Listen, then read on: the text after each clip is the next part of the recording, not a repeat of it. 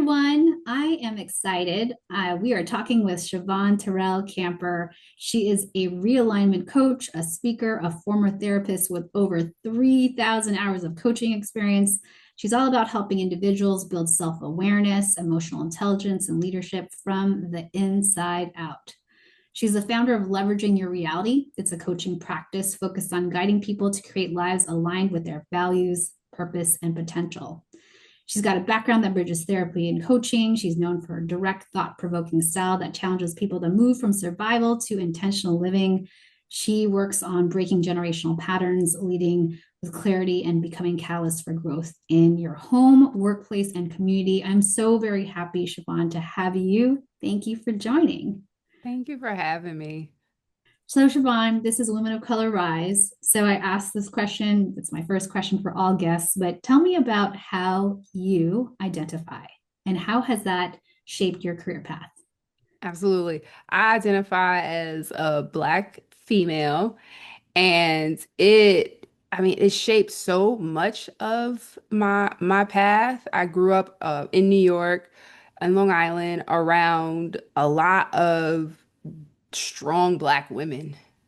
And being taught to have a voice, to say what you need to say, and say it clearly has helped me in many ways. I think the older I've gotten, the more I've learned how to refine the power. It's like a superhero when they first get their power. They're like breaking things and lighting things on fire.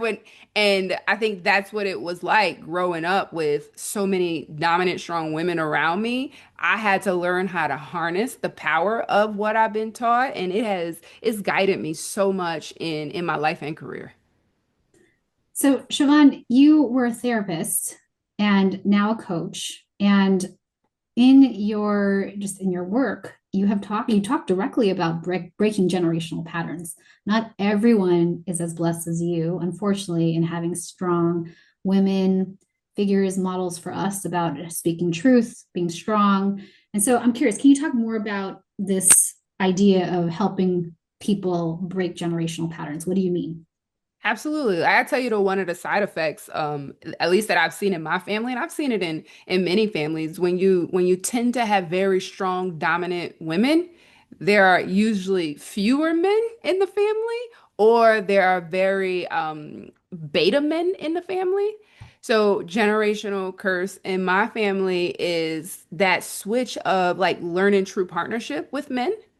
And that is something that the women in my family have historically struggled with, and something that I had to struggle with for years until I learned how to be in partnership with someone who matches and exceeds my strength versus seeing them as a threat. Mm-hmm. I mean, I have some girlfriends who are incredible. I mean, they're really smart, they're accomplished, they care about the world, and yet they have a hard time finding that partner who you said it just not only matches but is exceeding. And so I really resonate with that because it's hard. We both live in New York and it is a hard market. So just talk to me about that. Like how do you tell clients, yes, you deserve the best. And we got what we got. Well, how does that, how do you balance Yeah. that? Yeah, I think something that we have to recognize in general is the influence that society has on our upbringing and how it shapes us. And growing up, I didn't know this back then, but essentially I was being groomed in more masculine energy Hmm. and learning how to move in very masculine ways. Like I come in, I own the room, like I can make things happen, all those things. And in having an over usage of masculine power, um, it was also recognized and glorified, like, oh, you go, girl, that's good. All of the more feminine, softer things, those things weren't valued very high growing up in New York, trying to, make things happen. So it's interesting. I didn't start to come into that there even was a feminine side that existed until I moved to the South. And I'm like, women are real different here. And seeing that difference was like, oh, they're operating it from a different vibe than what we operate from. So I think one of the things, like especially working with high-powered women that are used to leading, that are used to dominating, um, many of us haven't had the opportunity or even the safety sometimes to tap into the more softer feminine sides to ourselves. And when we tap into our that side of ourselves, more possibilities open up because when you get these male or whoever, like get a male counterpart, their stuff is not a threat to your stuff. So a lot of times, very high-powered women are attracting men that have more of a beta vibe because like they are okay with coming up under. So just because I am this, I have a business and I may act a certain way and run things a certain way, when I come near my male counterpart, I have to soften and allow myself to soften. Before that was a threat, it was seen as weakness. Now I know like it's an opportunity for me to show up in different ways. Okay, Siobhan, there's so much there. I'm thrilled and I'm grateful for your expertise here. Frankly, Siobhan, as well, I grew up with a strong female mother who just exuded, we can do it, we can do all things. And my father was in the Navy, so he was gone most of my childhood. So I want to say this because it was this tension between my mom, who really handled everything. This is how I thought leaders are: is you're strong, you handle all the things, which we know is it's important to bring your community and ask for help. But at the same time, I honestly have not, like, to be feminine, right? As a CEO, a feminine CEO sounds like an oxymoron, It does. unless you're at like a Louis Vuitton or something like that, where it's got to be some beauty brand where it's got, you have some, pretty face plus their CEO. It's hard for me personally to say, okay, to be a strong leader, actually, let's embrace our feminine side. So can you dive deeper to say, I get this gist of soften yourself, but what does it look like at a top role where you want to show that you can own the room and that you can make decisions, and at the same time you want to soften and be feminine? Like, give me some concrete stuff here, Siobhan. What do you mean? Yeah, it reminds me, I was working with a pretty high level engineer. So, Indian woman, actually still work with her. Indian woman, high up in the rankings in a male dominated industry. And essentially, she is like a big part of our work together was her figuring out how to be herself. She was like, I could show up this certain way at home, and then I have to show up really differently when I come to work in order for my voice to be heard. So Mm, hers was a little bit opposite of I'm softer at home, but I need to be more masculine in the workplace. So, and I want to be clear, like it's not about masculine energy is wrong or feminine energy is right. It's more about I have options and using what's appropriate. mm, So in being a CEO, right? One of the things I have been working on is as opposed to I need to do, go, put forth, go, because that's the masculine side. Like it literally puts forth. It's mm-hmm, more so I look at like how can I nourish? mm, How can I nourish my business today? How can I nourish my family today? How can I nourish myself today? mm-hmm, Versus what do I need to get done? mm. And you see how like thinking about how can I nourish this and what do I need to get done? Those can create two different task lists easily. Absolutely. Absolutely. So I think like that's another way. And I think so many times we confuse this concept of strength. Mm-hmm. One of the things I had to work on with my coach was redefining what strength means. Okay. And originally I had strength defined as I could do anything and everything I want to do. That's strength. So Mm-hmm. when I went into situations in order to feel strong, it meant doing anything and everything I could do to get the outputs that I wanted to get. When I redefined my definition of strength, I redefined it as strength is the willingness to evolve past my fears. Wow. that shifted. Me trying to, how I showed up strong took on a completely different look. So give me a specific example because I really want to Tangible hear you. example. Yeah. Um, it's fun. I was on the phone with my husband last night, and he was complaining to me about my son. He needs to this and he needs to that. And normally I come back at him like, well, this, and I'm trying to prove something. Mm-hmm. I decided in this conversation, let me just listen to him. I just listened to him. And when he was done saying all he had to say, he was like, well, what do you have to say? I said, right now, I said, I have a lot to say, but I don't think right now is the time for me to say it because I noticed myself defensive. Wow. Wow. That is powerful. That's powerful. What I hear you saying is it's about choice. It's about being able to pick the right time to be your authentic self.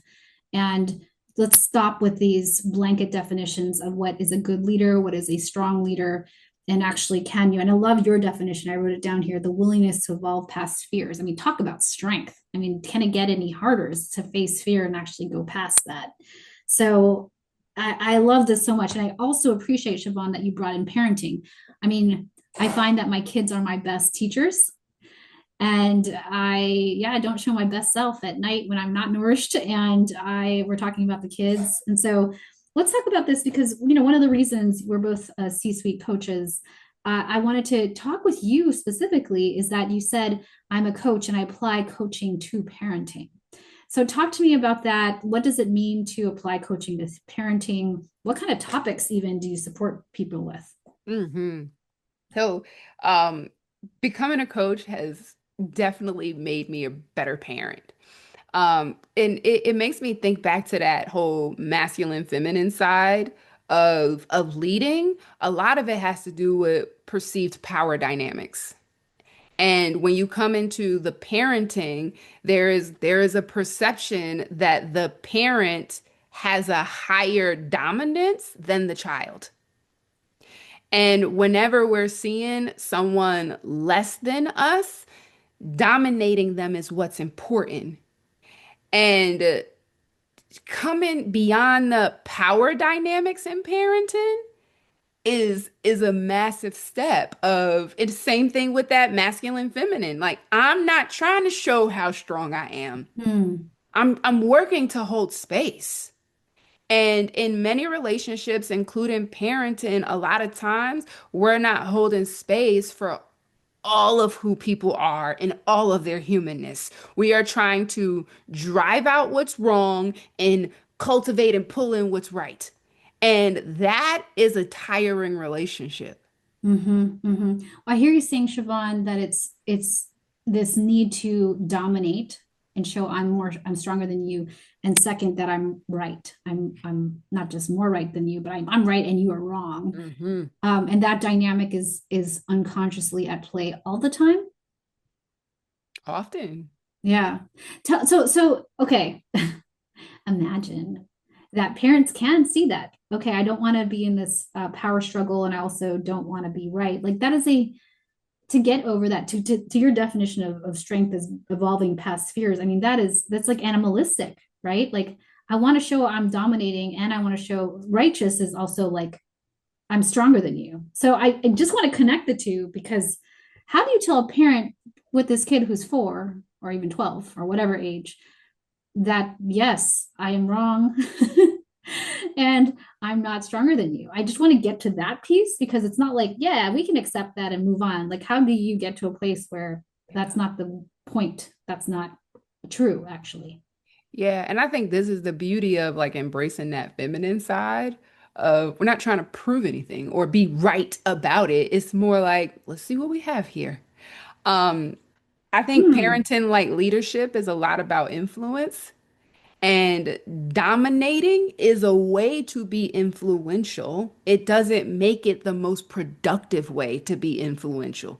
Mm-hmm. Mm-hmm. So, and I think as a parent for like me, I was parented with domination. So that is the Mm-hmm. set of tools that I received to then parent. In becoming a coach, it gave me another set of tools to be with my kids. with. It wasn't about do this because I said it. And now it turns into having conversations. Like we talk about chores, right? I mean, Hmm. who wants to do chores? Most people don't. Like, I don't even really want to do chores, right? But do it because I said so turns into a conversation in my household of let's talk about contributing to shared spaces. Mm. I hear this, instead of domination, we're talking about community, and we're talking about sharing and contribution, which is a very different context, right? I don't feel like that's not personally how I grew up, and I don't think it's really modeled. I'm thinking about spaces. Where do we have this? Even at the work environment, right? Like these are rules. You follow the rules. If not, you get in trouble. It's rarely, how can we all, you know what I mean? It's rarely so collaborative, and yet you're saying it's a possibility, right? You're saying this is a possibility. Where have you found examples of this, Shavon? I'm curious because you are someone who's studied it and done work yourself on this and support other leaders. But have you found examples where you're like, you know what? When I think of this kind of style, I look to. I'm thinking about TV shows. I'm thinking about like I don't know, where is this? Where is this fantasy Yeah. place? There's a amazing woman. Her name is Dr. Shafali. Okay. Oh She, yes, yeah, she wrote this book, The Conscious Parent. yes. Man, that book opened up my perspective. And I want to be really clear. A lot of times people think in absolutes. Mm. Like this is, if I do it this way, is the way I always have to do it. There are times where you have to show your kid, like, there is a pecking order here. Hmm. And you to keep things structured, but that doesn't mean it's back to options. As Yes. a parent, there are options, and there may be times where you have to roll out the no, get in place right now, Hmm. especially when safety's on the line. No, Right. get Right. back. We don't have no time to be communal. Get out the way before you get hurt. Yes. Yes. And Yes. it's more of what are the options we have in our parenting style versus leaning toward the most familiar style. Hmm. Hmm. It's really powerful. I'm going to talk about triggers because you have talked about in your breaking generational patterns, living with intention, and yet there's trauma. As therapists, you're in training. You know that there's real trauma. We're not just coaching my head here. In fact, more so, we're coaching the unconscious. So I want to bring this up, and especially as a women of color, I don't know your experience, but I have experience personally, and so how do you support that? You're like, I want to hold hands, and then all of a sudden you're in the ring, you're like, nope, knives out, right? So Yeah. talk about how to be real that there's trauma, and we want to shift from survival mode to thriving mode, but there's real trauma. Yeah, I think this is a big piece of why I push so much. Like, hey, start with you. Don't Mm. try to change your kids. Don't try to change your spouse. Don't try to change your boss. Start with you because in order, like, first there's like this awareness piece. We have to be, I think, first, let me take this one step back. In relationships, right? The relationship with ourselves for most people is one of the most abusive relationships they've ever experienced. Say more. Sorry, you got to repeat that. Hmm. For most people, one of the most abusive relationships they've ever experienced is the one with themselves. Say more. What do you like? Go more. I'm like, wow. Okay. Yeah, the way, well, I think it's this first piece of oftentimes we don't even recognize that we are in relationship with ourselves. It's not even categorized as a relationship. It's the first thing. So it's like ignored. Any relationship that's ignored, no one wants to be in that relationship. And I think there's this other piece of because focusing on oneself is usually categorized as selfish, many people ignore and disregard themselves in so many ways. Even things like when people say, you're your worst critic.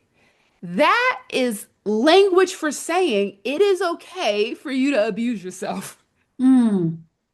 No, I don't. Yes, I can give myself feedback. Yes, I can be open to making critique of myself, but I'm my worst critic. That's me. I'm about to stop it, step in and start abusing myself.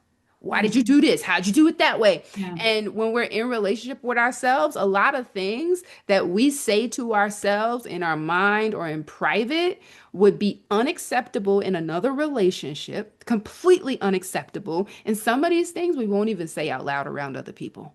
Yep. That's how you know it's abusive. Oh my gosh. So when you get people to a place where, I mean, they say it out loud, right? I might imagine you would have clients too who are just like, oh, I just can't do it. I know I'm scared. Like this is here I go again, doing my stupid thing. You hear it, and then I Yep, try to yep. interrupt, but I don't ever get to. And I love that you're pointing to it. Let's actually talk about that relationship with yourself. Often I will talk about the mindset, but I'll never talk about the relationship, or rarely. I want to talk about this because you now imagine that the client is seeing, oh, you know what? That is not particularly positive. And I wouldn't want, how do you get them to this place of what is your relationship with yourself? And how do we change that relationship? Love yourself. Like, what does that piece look like when they can now see, you know what, I actually don't, my self-talk's not so positive. Yeah. I have people, one of my favorite things to do is scaling. So Hmm. have people like let's rank the healthiness of your relationship with you on a scale of 1 to 10. Mm-hmm. And having them get real of here is where I am. Here is how I'm in relation with myself. And some people are like, I didn't even consider that I'm in relationship with myself. So it can't be high because I'm not even considering that it's a relationship that exists. Mm-hmm. And I think once people have the concept of I have a relationship with me, naturally things start clicking. They're like, that makes so much sense because of this. And Mm-hmm. when I think about it this way, it clicks. But if that relationship stays out of awareness, how we Mm. show up in life as a parent, as a leader, is missing this connector of I also have a relationship with me. Oh, that's so beautiful. Because whatever the relationship that we have with ourselves is, we project that on others, right? Exactly. Like, I'm tough on you, Shavon, but I'm tougher on me. And I don't even know Yes. that I'm tougher on me. I'm just like, come on, Shavon, you can do better. I'm like, oh, I can do better. I'm never good enough, right? So Shavon, and then you're not, right? So it's, I mean, obviously amazing, but I've been in the nonprofit world for over two decades, and if we're with young people, if we don't face this ourselves, gosh, do we perpetuate generationally? Oh man, we mean so well for these kids, and yet this relationship with self was so powerful, Siobhan. If you're not even aware and hoping to heal that, the bystanders, our children, our students, and so thank you for this. I want to just open it up. What about? Is there anything else when you think about relationship with self, parenting, coaching, applying to parenting that I haven't asked you that you're like, hey, this other thing that I want to share? Yeah, what's standing out as you ask that question is when we stay in these roles of trying to maintain power, whether it's in leadership or in parenting, what happens is the person that is being suppressed in whatever way, they stop seeing us as a human. Ooh, say more. Yeah, it's this piece of like, it reminds me when I did some coaching with a mother-daughter combo. And they were having tension. They were not seeing eye to eye. And I was coaching, like working, in group coaching, you're working with both people. Sometimes you are speaking to one person while the other person is observing. Essentially, in the experience, the daughter got to see her mother as a human and not the title of mother. Mm, And it opened up more space for empathy, compassion, understanding than she's ever had with her mom because I essentially had her mom. There was this tension. I had her look at like let's work through this tension. And she worked through the tension in front of her daughter. And her daughter was like, whoa, mom, I didn't even know, like, I didn't even know so you were give me, like, going if through you that. don't, we're not going to share names here, but like, what was the Yeah. tension about her wardrobe? Like, what was the thing about that she had? Like, The it's so quite the vulnerable. I'm like, what is she sharing? That's What like, is she yeah. sharing? So, I want to recall it correctly. Um, it was something around mom being worried about.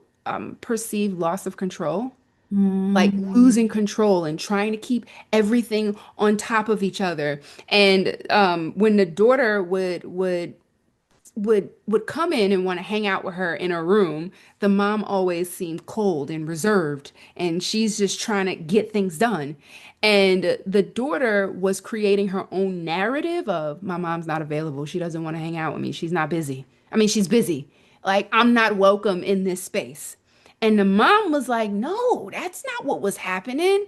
I was working. I have 50 million things I'm doing, and this is happening, that's happening. One of the things I think we don't I think we recognize it, but we also normalize it is a lot of mm, times in parenting and in family at home, our family is getting our leftovers. mm-hmm, mm-hmm, mm-hmm, mm-hmm. Like we done worked all day, did this all day, and we come home and they just get what's left. Yeah. And it is not like trying to function from leftovers is just less available. And when you're trying to make sure, oh, do I have all these things done? And your kids are trying to engage you, we don't even realize the ways in which we're rejecting their engagement. Wow. Oh, so powerful, Siobhan. I love this conversation. You are so wise. And I know you have a workshop coming. I want to hear about that as we close. Let's do lightning round questions. Yes. First question, chocolate or vanilla? Ice cream, vanilla. Cooking or takeout? This has changed in the last 2 months. Cooking, Hmm. Climb a mountain or jump from a plane? climb a mountain. Have you ever worn socks with sandals? Yeah, if Crocs count as sandals all the time. How would you rate your karaoke skills? Scales of 1 to 10, 10 being Mariah Carey. A three. What's a recent book you read or book you love? Recent book I read, The Celestine Prophecy. Hmm. What is a good professional development you've done? A good professional development event. That's a good one. Um, I have the best professional development event that I've taken in the last year has been this trauma-informed coaching Hmm. and learning how trauma informs people's experience and how the brain works and really digging into it from a like mental, like how the brain works, how it impacts the body was really eye-opening. And what's your definition of a boss mama? A boss mama is a person who is willing to embrace all parts of herself, and she's also willing to ebb and flow off what's needed. She could be the softer her, she could be the commander her, but she gives herself space to be the different types of her. Hmm. What advice would you give your younger self? Um, I would tell my younger self to expose yourself, learn, Hmm. expose yourself to new, different, whatever you think is right, challenge it, see what other options are available. And then where can we find you? Like LinkedIn, anywhere else? Yes, I'm on LinkedIn, I'm on Instagram, YouTube, all at leveraging reality. Wonderful. Then last question, and I think this is a workshop question for you.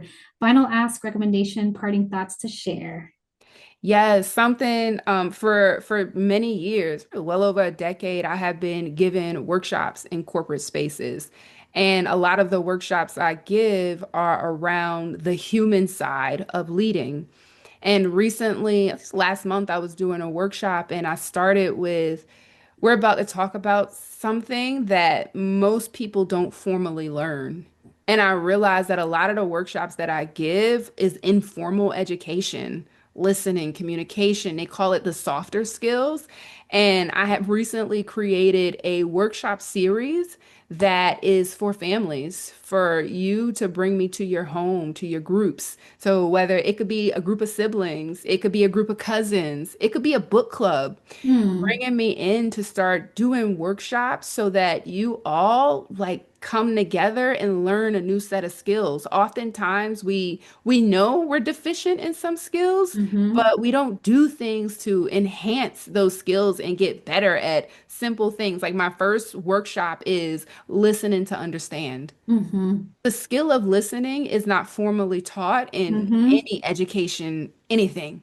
So we're usually using things we've handed down that have been handed down to us or things that have we just picked up along the way. But to really sit down and learn about the different types of listening and when to use them and how to use them and seeing how effective they can be when used appropriately is game changing for teams and families. Wow. I love that. It's very exciting, and I will share the link with our audience. Shavon, I so appreciate your wisdom and your stories. Thank you. Yes, thank you for having me.